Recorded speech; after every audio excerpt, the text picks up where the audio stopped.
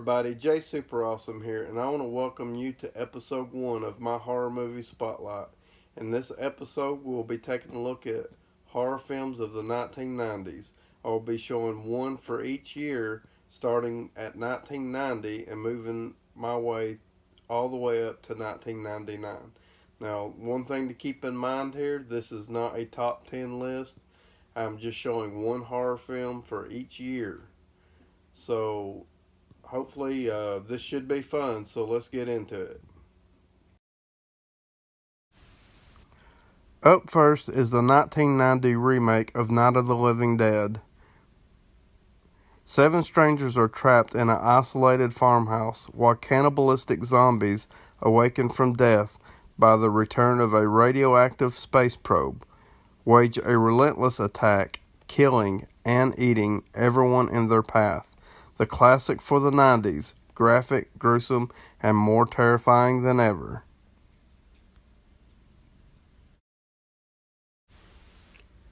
Up next, released in 1991, is Body Parts. Bill Kershank is a criminal psychologist who loses his arm and nearly his life in a grisly car accident. A daring medical operation follows, which a donor's arm is successfully graded onto Bill's body.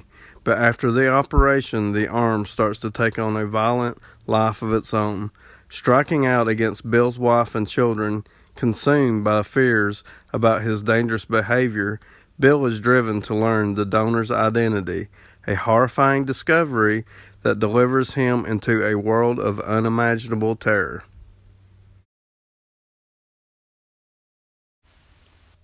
Up next, released in 1992, is Dr. Giggles.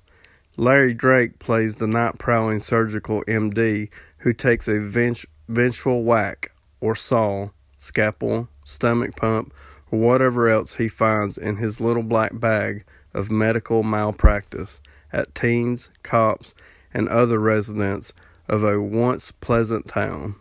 From an old abandoned house to a midway funhouse, from bedrooms to the OR, the doctor is insane. And keeping pace with him is a start-to-finish spree of medical puns that make this romp a cut above. Dr. Giggles, he'll keep you in stitches. Up next, the 1993 TV adaptation to Frankenstein. In the 19th century, Dr. Frankenstein discovers the secret to life, how to create a perfect man, powerful, intelligent, and immune to disease. But something goes wrong in the laboratory, and the doctor's hideous creation disappears into the night.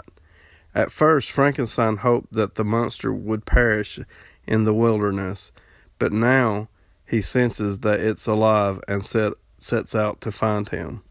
Dr. Frankenstein tracks the creature to the Arctic, where the two must battle to decide who will become the master of the other's life or death.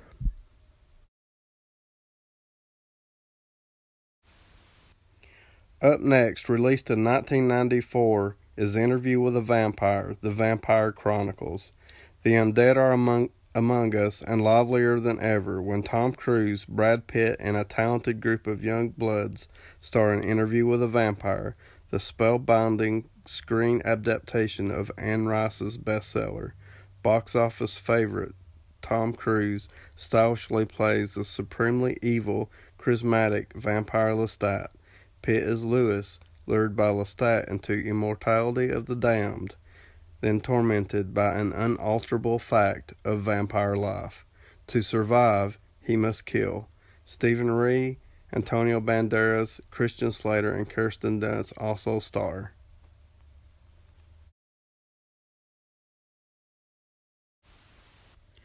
Up next, released in 1995, is Castle Freak.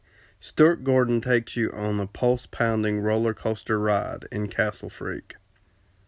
John Riley, Susan, and their daughter come face to face with terror when they travel to Italy to move into a castle they have inherited.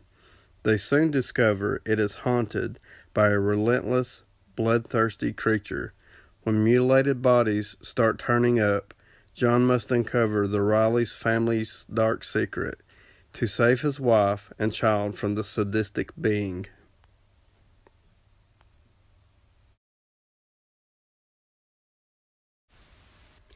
Up next, released in 1996, is Bad Moon. Full, crescent, quarter, each is a bad moon for Ted Harrison. By day, he's a photojournalist visiting his family in the Pacific Northwest. By night, he transfigures into a horrific half-human, a werewolf. Dead men tell no tales, so Ted's sure he alone knows about his vile double life. The secret, however, may be out. The family dog Thor, devoted to defending the household, has his suspicions.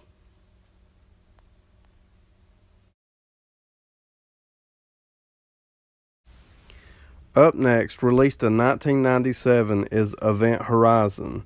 Its name, Event Horizon, the high-tech pioneering research spacecraft, mysteriously vanished without a trace on its maiden voyage 7 years earlier, but a weak, persistent signal from the long-missing craft promotes a rescue team headed by Captain Miller to wing his way through the galaxy on a bold rescue mission.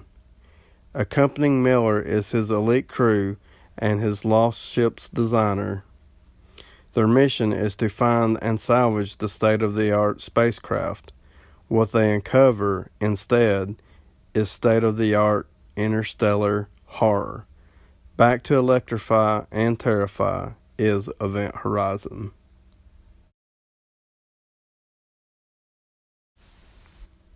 Up next, released in 1998, is Strangeland.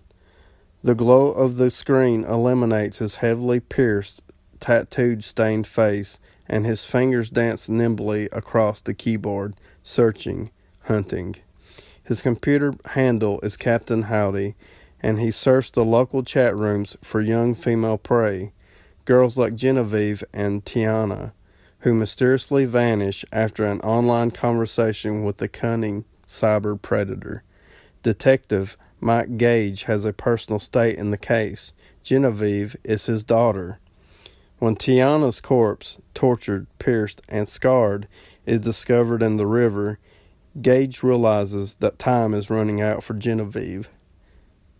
Taking sadistic delight in Gage's desperation, Captain Howdy sends the detective a series of taunting emails challenging him to a deadly online game of cat and mouse, and drawing him into his modern primitive world, a strange land of fetish bars, S&M, body modification, and goth rock. Up next, released in 1999, is Virus. Jamie Lee Curtis faces a new, unstoppable terror in the science fiction chiller. Curtis plays the navigator of a tugboat crew which loses its cargo during a hurricane. In the calm eye of the storm, they come across a Russian research ship floating dead in the water. Boarding the vessel, they initially believe it to be deserted, but they soon realize they're not alone. First, they discover a terrified survivor, and then they find that the ship has been taken over by a ruthless alien intelligence. Now, the small band must fight together for their lives against a force that has come to claim Earth for its own and creates biomechanical monstrosities with one goal: eliminating the virus called humans.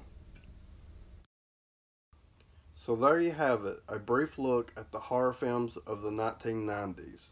Join me again next time for episode 2, where I will be showing 10 horror VHS movies from my collection. I'd like to thank you for watching. Please like, subscribe, and comment below. And once again, thank you for watching.